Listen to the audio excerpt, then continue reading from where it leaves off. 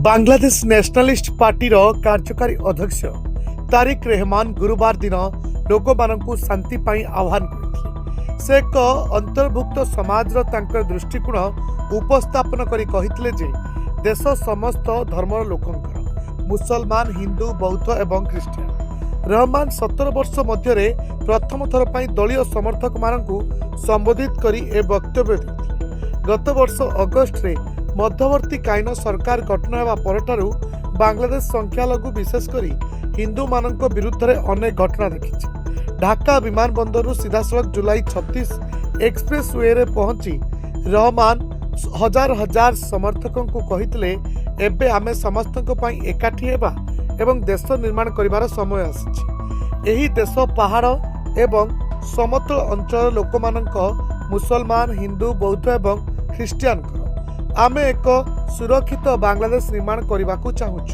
जोठारे प्रत्येक महिला पुरुष एवं शिशु सुरक्षित भावे से घर बाहरी सुरक्षित भाव में फेरी पारे।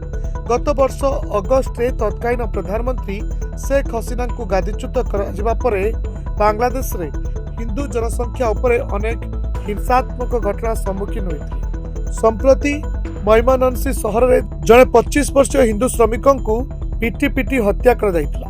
बांग्लादेश रे संख्यालघु विशेषकर हिंदू मानक उपरे आक्रमण उपरे भारत चिंता प्रकाश करथिला। बीएनपी द्वारा शेयर कर जाइतबा एक वीडियो वार्ता रे रहमान कहउतबार देखा जाइछि, मु एवं मो परिवार पक्षरु मु मोर कृतज्ञता प्रकाश करूछि। विशेषकर मु मोर सुरक्षा पई निया जाइतबा पदक्षेप पई मोर कृतज्ञता प्रकाश करूछि।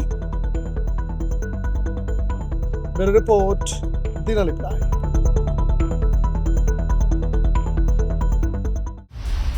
दिनलिपि लाइव को एबे ही लाइक शेयर सब्सक्राइब करंतु।